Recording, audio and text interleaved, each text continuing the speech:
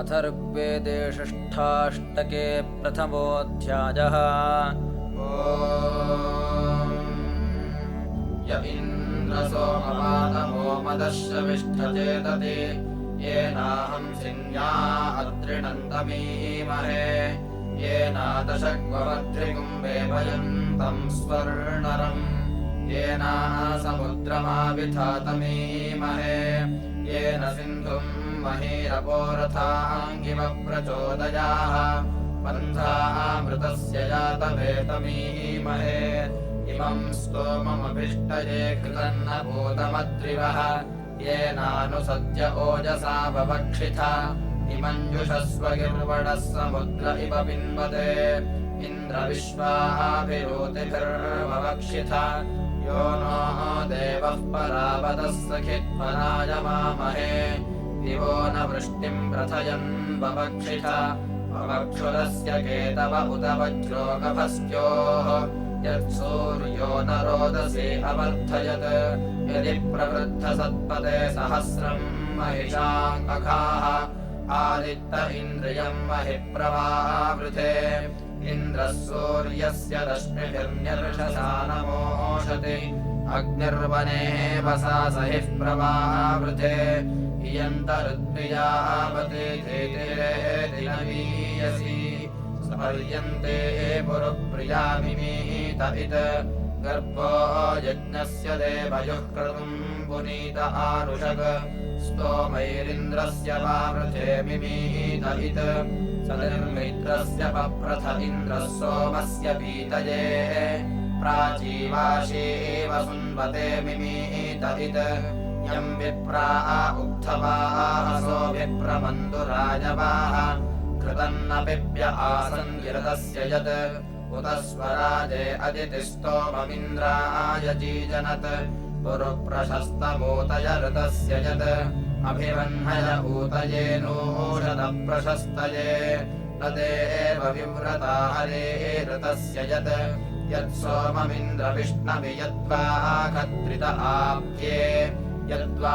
मरुत्सु मन्दसे समिन्दुभिः यद्वा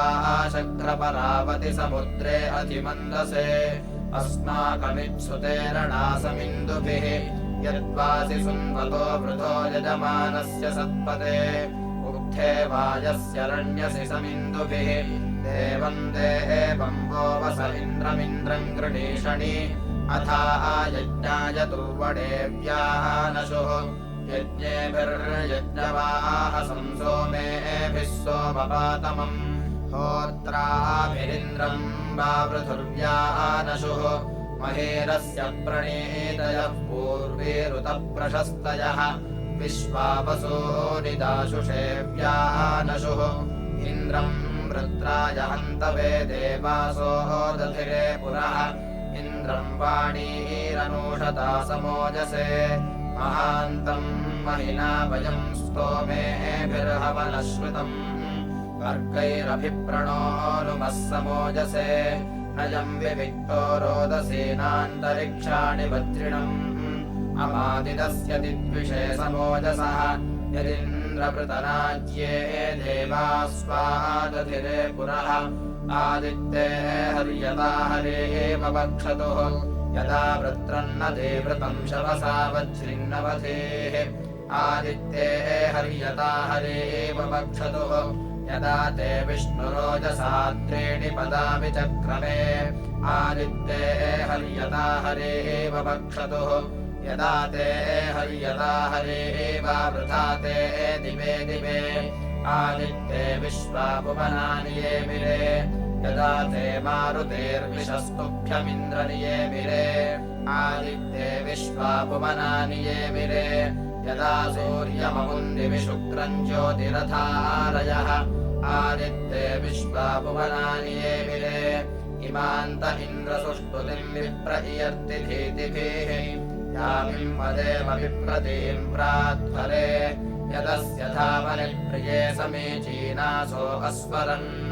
नाभायज्ञस्य दोहना प्राध्वरे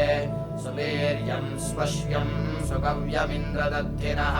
होतेव पूर्वचित्तये प्राध्वरे इन्द्रः सुतेषु सोमेषु क्रतुम् पुनीत उक्थ्यम् विदेवृतस्य दक्षसो महान् हिषः सप्रथमेभ्यो मलिदेवानाम् सदने वृथः सुपारः सुश्रवस्तवः समप्सुजित् तमः वे वाजसातय इन्द्रम् भराय शुष्पिणम् भवानः सुम्ने अन्तमः सखाः वृथे इयन्त इन्द्रगिर्वणो रातिः क्षरति सुन्वतः मन्दानो अस्य बर्हिषो विराजसि नोऽनन्तदिन्द्रदद्धिनो यत्ताः सुन्वन्त ईमहे अयिन्नश्चित्रमाभराः स्वर्विदम् स्तोता यत्ते विजर्षणिरतिप्रशर्थयद्गिराः वया इवानुरोहते जुषन्त यत् रत्नवज्जनया गिरः शृणुधीजरितुर्हवम् मदे मदेव वक्षिथा सुकृत्पने क्रीडन्त्यस्य सुहृता आपो न प्रवतायतेः अयाधियाय उच्यते पतिर्दिवः उतोपतिर्य उच्यते कृष्णेनामेक इद्वशे नमो वृथैरवस्युभिः सुतेरण स्तुहि श्रुतम् विपश्चितम् हरेयस्य प्रसक्षिणाः दन्तारादाशुषो गृहन्नमस्मिनाः तोतु जानो महे मतेष्वेभिः पृषितप्सुभिः आयाहि यज्ञमाशुभिः समिद्धिते इन्द्रशविष्ठसत्पतेरजिङ्गृणत्सुधारय श्रवः सूरिभ्यो अमृतम् वसुत्तरम् अवेत्त्वा उदिते हवे मध्यम् दिने दिवः जुषाण इन्द्रसप्तिभिर्नहागहि आतो गहि प्रतुद्रवमत्स्वाः सुतस्य गोमतः तन्तुम् तनुष्वपूर्व्यम् यथा विदे यच्छक्रासि परावति यदर्वावति वृत्रहन् यद्वा समुद्रे अन्धसो विदेदसि इन्द्रम् वर्धन्तु नो गिर इन्द्रम् सुतास इन्दवः इन्द्रे हविष्मतेर्विशो अराणिषुः तमिद्विप्रावस्य वः प्रवत्वतेभिरोतिभिः इन्द्रम् क्षोणीरवर्धयन् वया इव त्रिकद्रुकेषु चेतनम् देवासो यज्ञमत्नत तमिद्वर्धन्तु नो गिरः सदा वृथम् स्तोता यत्ते अनूरत उक्थान् यतुथा दधे शुचिः पावक उच्यते सो अद्भुतः तदिद्रुद्रस्य चेतदि जह्वम् प्रत्नेषु धामसु मनो यत्रावितद्दधुर्विचेतसः यदि मे सख्यमावर इमस्य बाह्यन्धसः येन विश्वा अतिद्विषो अतारिम कदा त इन्द्रगिर्वणस्तोता भवाति शन्तमः कदा नो गव्ये अश्वेवसौ दधः उदते सुष्टुता हरे वृषणावहतो रथम् अजुर्यस्य मदिन्तमय्यमीमहे तमीमहे पुरुष्टुतम् यह्वम् रत्नाभिरोतिभिः निबर्हिषि प्रिये सददधद्विता वर्धस्वासु पुरुष्टुतर्षिष्टुताभिरोतिभिः धुक्षस्त्वविद्युषे विषमवाचनः इन्द्रत्वमवितेदसेत्थास्तु वतो अद्रिवः वृतादियर्मिते धियम् मनोयुजम् इहत्यासथमाद्याजुजानः सोमपीतये हरेः इन्द्रप्रतद्वसो अभिस्वरन्तु ये तव रुद्रासः सक्षतः श्रियम् उतो मरुत्वतेर्विशो अभिप्रयाः इमा अस्य प्रतोर्तयः पदञ्जुषन्त यद्दिवि नाभायज्ञस्य सन्दधुर्यथा विदे अयम् दीर्घाय चक्षसे प्राचिप्रयत्यध्वरे निमीते यज्ञमानुषद्विलक्ष्या वृषायमिन्द्रते रथ उतो ते वृषणा हरेः वृषा त्वम् शतक्रतो वृषाहवाः वृषाग्रावा वृषामदो वृषा सोमो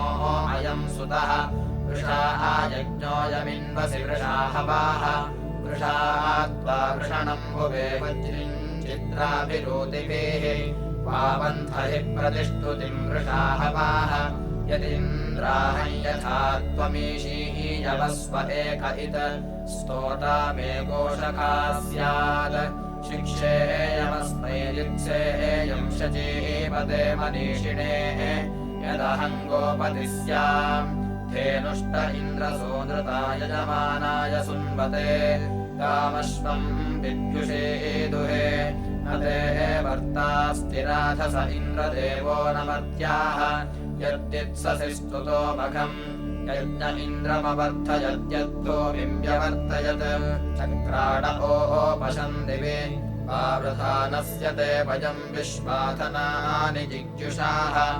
ऊतिमिन्द्रावृणीमहे या अन्तरिक्षमतिरन्मदे सोमस्य रोचना इन्द्रो यदभिनद्बलम् उद्गा आजदङ्गिरोऽभ्य आविष्कृण्वन् गुहासतेः अर्वाञ्चन्नुनुदे बलम् इन्द्रेण रोचना दिवो दृढानि संहितानि च स्थिराणि न पराणुदेः अवामूर्मिर्मदन्निपस्तोम इन्द्राजिरायते मिते मदाः अराजिषुः त्वम् हि स्तोमवर्धन इन्द्रास्युक्थवर्धनः स्तोतॄणामुत भद्रकृत इन्द्रमित्केशिना हरेः सोमपेयाय वक्षतः उपयज्ञम् सुराधसम् अपाम्भेनेन नमुचे शिर इन्द्रोदवर्तयः विश्वाय तदयस्पृधाः मायाभिरुत्सिसृप्सत इन्द्रद्यामारुरुक्षतः अवदस्योऽङ्ग्रसूनुथाः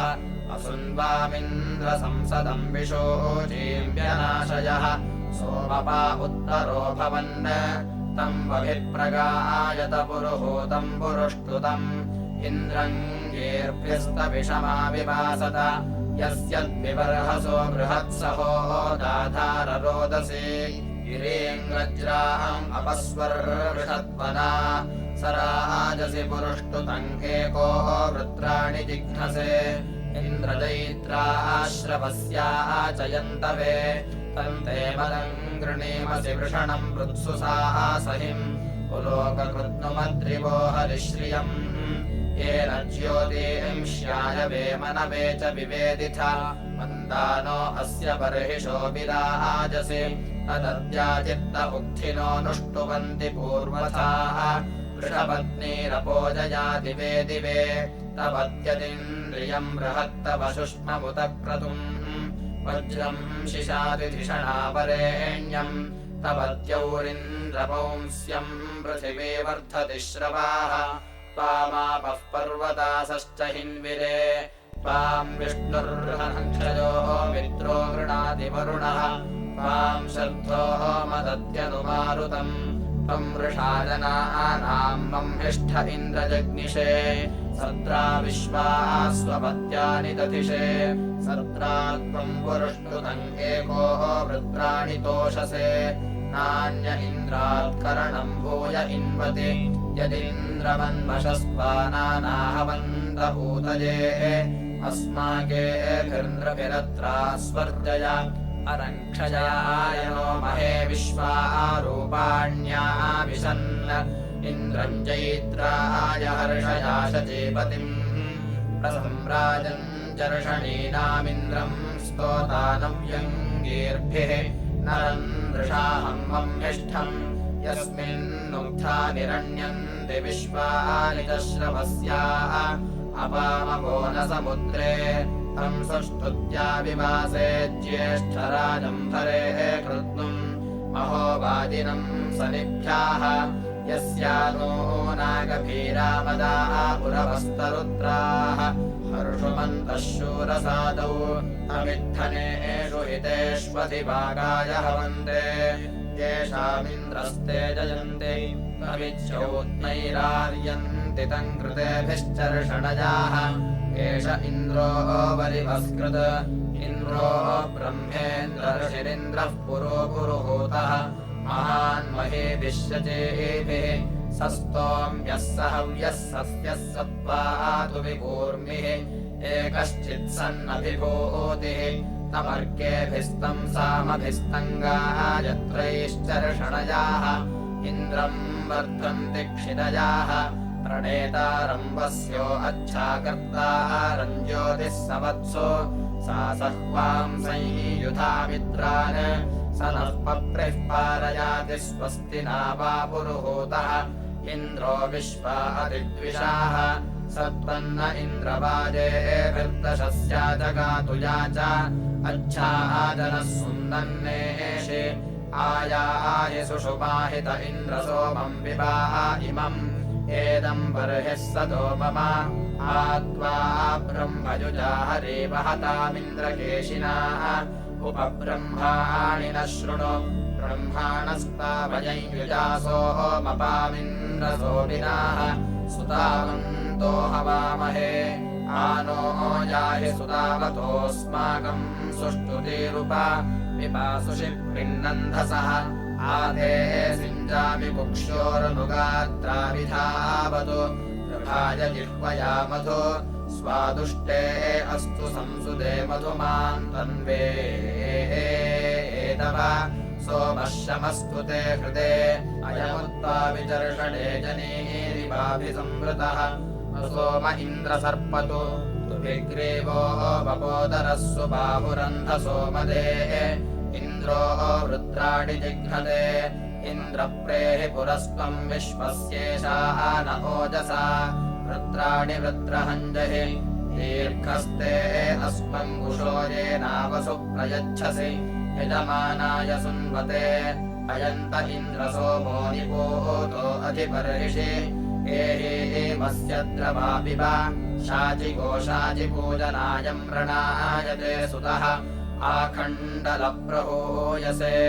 यस्ते शृङ्गवृषो नपात् प्रणपात् कुण्डपाय्याः यस्मिन् दध्रामनाः वास्तोष्पदे ध्रुवास्थूणाम् सत्रम् सोम्यानाम् त्रप्सोभेत्ता पुराम् शश्वतीनामिन्द्रो मुनीनाम् सखाः वृदा पुसादुर्यजतो गवेषण एकः सन्नभिभूयसः पूर्णिमश्वन्नयत्तुजा पुरो वृभेन्द्रम् सोमस्य पीतये इदम् हनूनमेषाम् सुन्दम् भिक्षेतमर्त्याः आदित्या नाम पूर्व्यम् समीमनि अनर्वाणो ह्येषाम् पन्थाः आदित्यानाम् अदब्धाः सन्ति पालवः सुखे वृथाः तत्सु नः सविता भगो वरुणो मित्रो हर्यमा शर्म यच्छन्तु सप्रथो यजीमहे देवेभिर्देव्यदितेरिष्टधर्मन्नागहि स्पर्शोरिभिः पुरुप्रियेषु शर्मभिः ते हि पुत्रासो अदितेर्विदुर्द्वेषांसि योतमे अम्भोश्चिदुरुचक्रयो नेहसाः अदितिर्नो दिवाः पशुमदितिर्नक्तमद्वयाः अदितिर्भात्वम् हसः सदा वृथा उतस्या नो दिवामतिरदितिरोत्यागमत् सा शन्ता आदिवयस्करदपस्रिताः उतत्या दैव्याभिषजासन्नः करतो अश्विनाः युयुयाताः मितोरपो अपस्रिताः शमग्निरग्निभिः करच्छन्नस्तपतु सूर्याः शम्बातो वात्परवा अपस्रिताः अपामी वामपस्रितमपसेथत दुर्मतिम् आदित्यासो युयोतनानो अम्हसः युयोताशरुमस्मदाम् आदित्यास उतामतिम् पृथग्द्वेषः कृणुत विश्ववेदसः तत्सु नः शर्म यच्छतादित्यायन्मुमोचति येन स्वन्तञ्चिदेन सः सुदानवः यो नः कश्चिद्रिरिक्षति रक्षस्तेन मर्त्याः स्वैष्य एवैरिषेष्टयुर्जनाः समित्तमघमग्नवद्दुष्यम् सम्मर्त्यम् लिपुम् यो अस्मत्रादुर्हणा आवाङ्गुपद्वयोः आकत्रास्थनदेवा हृत्सुजानीथमर्त्यम् उपद्वयुञ्चाद्वयुम् च वसवः आशर्म पर्वता नामोतापाम् वृणीमहे यावाक्षामारे अस्मद्रपस्कृतम् तेनो भद्रेण शर्मणा युष्माकन्नावावसवः अतिविश्वानि दुरितापिपर्तन तुचेतनाय तत्सु नोद्राघेय आयुर्जीवसे आदित्यासः सुमहसः कृणोतन यज्ञो हेडो वो अन्तर आदित्या अस्ति मृणता युष्मे इत्वो अभिष्मसि सजात्ये बृहद्वरोधम् मरुतान् देवन्त्रातारमश्विनाः पित्रमीमहे वरुणम् स्वस्तये अनेहो मित्रार्यमन्त्रवद्वरुणशंस्यम् त्रिवरोधम् मरुतो यन्तनश्छर्दिः ये चित्ति मृत्युबन्धव आदित्यामनमस्मसि प्रसून आयुज्जीवसेतिरेतन रङ्गोत्थया स्वर्णरन्दे वासो देवमरतिन्दधन्विरे देवत्राहव्यमोहिरे विभूतरादिम् विप्रचित्रशोजिषमग्निमीडिष्पयन्तुरम् अस्य वेदस्य सोम्यस्य शोभरे प्रेमध्वराय पूर्व्यम् यजिष्ठन्त्वा कुर्महे देवम् देवत्राहोतारवमर्त्यम् अस्य यज्ञस्य सुक्रतुम् ऊर्जोनवातम् सुभगम् सुदेदिमग्निम् श्रेष्ठशोजिषम् स नो मित्रस्य वरुणस्य सो अपामासुम्नय्यक्षते दिवि यः समिधाय आहुतियो वेदेन ददाशमर्तो अग्नये यो नमसा स्वद्धरः तस्येदर्वन्तोरम्हयन्त आशवस्तस्य द्युम्नितमय्यशाः नरमम् हो देवकृतम् कुतश्च नमर्त्यकृतम् नशत् स्वग्नयो वो अग्निभिः स्यामसूनो सहस ऊर्जाम्बते सुवीरस्त्वमस्मयोः प्रशंसमानो अतिथिर्नविद्रियोऽग्निरथो न वेद्याः त्वे क्षेमासो अपि सन्ति साधवस्तम् राजारयीणाम् सो अर्थादाश्वत्थरोऽग्ने मर्तः सुभगस प्रशंस्याः स देभिरस्तु सनिता यस्य त्वमूर्धो अध्वराय तिष्ठसि क्षयद्वीरः स साधते सो अर्वद्भिः सनिता स विपन्युभिः स शूरैः सनिता कृतम् यस्याग्निर्वपुर्गृहे स्तोमम् च नो दधेत विश्ववार्यः हव्या वावे विषद्विषाः विप्रस्य वास्तु पदः सहसो यहो मक्षोतमस्य रातिषु अवोदेहेवमुपरिमर्त्यम् कृतिवसो विविदुषो वचाः यो अग्निम् हव्यदादिभिर्नमोभिर्वासुदक्षमाविवासते गिरावाजिरशोजिषम् समिधायो निशितीराशदतिथिन्धामभिरस्य पत्याः विश्वेत्सधेभिः स्वभगो जनाम् अतिद्युम्नैरुत्न इव तारिषत् तदग्नेद्युम्नमाभरयत्सा सहत्सदने कञ्चिदत्रिणम् मन्युञ्जनस्य दूढ्याः येन चष्टे वरुणो मित्रो अर्यमायेन नासत्या भगाः वयम् तत्ते शवसा गातुमित्तमा इन्द्रत्वोता विधेमहि ते लग्ने स्वाध्यो ओये त्वा विप्रनिदधिरे दक्षसम् विप्रासो देव सुक्रतुम् त इद्वेदिम् सुभगत आहुतिम् ते सोतुम् चक्रिरे दिवे त इद्वाजेभिर्जिग्युर्महद्धनय्ये त्वे कामन्येरिरे भद्रो नो अग्निराहुतो भद्रारादिः सुभगभद्रो अध्वरः भद्रा उत प्रशस्तयः भद्रम् मनः कृणुष्मरुत्रतूर्ये येनाः समत्सु सासहाः अवस्थिरातनु हि भूरिशद्धताम् वने माते अविष्टिभिः ईडे गिरामदुर्हितम् देवादूतमरतिन्येरिरे यजिष्ठम् हव्यवाहनम् दिग्मजम् राजतरुणाय राजते प्रयोगायस्यग्नये यः विंशतेः सोनृताभिः सुवीर्यमग्निर्कृतेभिराहुतः यदि कृतेभिराहुतो वाशेः मग्निर्भरत उच्चावच असुर इव निर्णयम् यो हव्यान्यैरजतामनुर्हितो देव आसासु गन्धिनाः विवासते वार्याणि स्वध्वरो होता देवो अमर्त्यः यदग्ने मर्त्यस्त्वम् स्यामहम् मित्रमहो अमर्त्यः सहसः सूनबाहुत नत्वा आरासेयाभिषस्तयेव सोनपापत्वाय सन्त्य न मे स्तोतामदेवा न दुर्हितस्यादग्नेन पापयाः पितुर्न पुत्रः सुहृतो दुरोण आदेवाम् एतु प्रणो हविः तवाहमग्न ऊतिभिर्नेदिष्ठाभिः सचे यजोषमावसो सदा देवस्य मर्त्याः तव कृत्वासने यन्तवरादिभिरग्ने तव प्रशस्तिभिः त्वामिदाहुः प्रमदिम्बसो ममाग्ने हर्षस्वदातवे वसो अग्ने तवोतिभिः सुवीराभिस्तिरते वाजभर्मभिः यस्य त्वम् सख्यमावराः तव द्रप्सो नीलवान् वाशरुद्विज इन्धानस्सिष्णवाददे त्वम् महीनामुषसामसि प्रियः क्षपो वस्तुषु राजसि तमागन्वसो भरयः सहस्रमुष्कम् स्वभिष्टिमवसे सम्राजन्त्रासदस्यवम् यस्य ते अग्ने अन्ये अग्नय उपक्षितो वया इव विभोरज्जुम्नानि युवेजनानान्तव क्षत्राणि वर्धयन्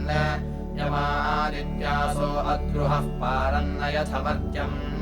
मघोनाम् विश्वेषाम् सुदानवः योऽयम् राजानः कञ्चिच्चर्षणे सह क्षयन्तम् मानुषाम् मनो वयम् देवो वरुणमित्रार्यमन्स्यामे धृतस्य रथ्याः अदान्मे पौरुपुत्स्यः पञ्चाशतन्त्रसदस्युर्मधूनाम् मम्मिष्ठो अर्यः सत्पतिः उत मे प्रययोर्वययोः सुवास्वाधितुक्वनि तिसॄणाम् सप्ततीनाम् श्यावः प्रणेता भुवद्वसुर्दियानाम् पतिः आगन्वामारिषण्यतप्रस्थावानो मापस्थाता समन्यवः स्थिराजिन्नमयिष्णवः वेणुपतिभिर्मरुतरुभुक्षण आरुद्रासस्सुरेतिभिः ईशानो अद्यागता पुरुस्पृहो यज्ञमासो बलीयवाः विद्माहि रुद्रियाणाम् शुष्ममुग्रम् मरुताम् शिमीमताम् विष्णोः रेषस्य मीळुषाम् विद्दीपानि पापतम् तिष्ठत्तुच्छुनो भेजुजन्तरोदसे प्रथम्वान्यैरथशुभ्रखादयो यतेजथस्वभानवः अच्युताचिद्गो अज्मन्नानानदति पर्वतासो वनस्पतेः भूमिर्यामेषु रेजते अमा आयवो मरुतो जातवेद्यौर्जिहीत उत्तरा बृहत् यत्रा नरोदे दिशते तनूष्वात्वक्षांसि बाह्वोजसः स्वधामनुश्रियन्नरो महित्तेषा अमवन्तो वृषप्सवः वहन्ते अहृतप्सवः गोभिर्वाणो अज्यते सोभरीणाम् रथे कोशे हिरण्यजे गोबन्धवः सुजाता स इषे भुजे महान्तो नस्परसेनो